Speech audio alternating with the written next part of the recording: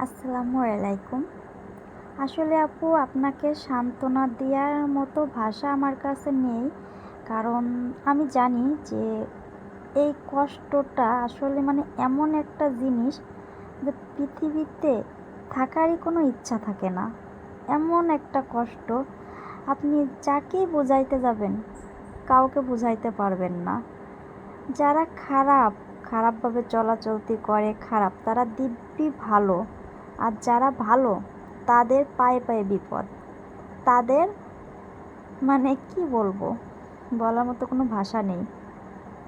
একটা কথা কি জানেন, যে কিছু করলে সেইটা যদি কেউ বলে সেটা গায়ে লাগে না। কারণ নিজের ভিতরে এরকম একটা ফিলিংস হয় যে আমি তো এটা করছি, ঠিক আছে। আর যেটা না করা হয় সেটা যদি বলে, চোখ দিয়ে পানি এমনিতেই ঝরে। তো বলার মতো কোনো ভাষা নেই। আমি বলবো যে আপনি যেটা ভালো বুঝবেন সেটা করবেন। কারণ আসলে ছেলেরা এমন একটা জিনিস, ওরা কখনো মেয়েদের কষ্টটা বুঝতে চায় না। তাদের মানে একটারে খাইতে দিতে পারে না, তারা বিয়ে করতে চায় 4টে 5টা।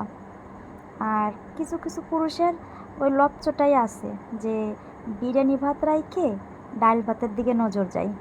আর কিছু কিছু মেয়েদেরও ওই অভ্যাস আছে, ঠিক আছে।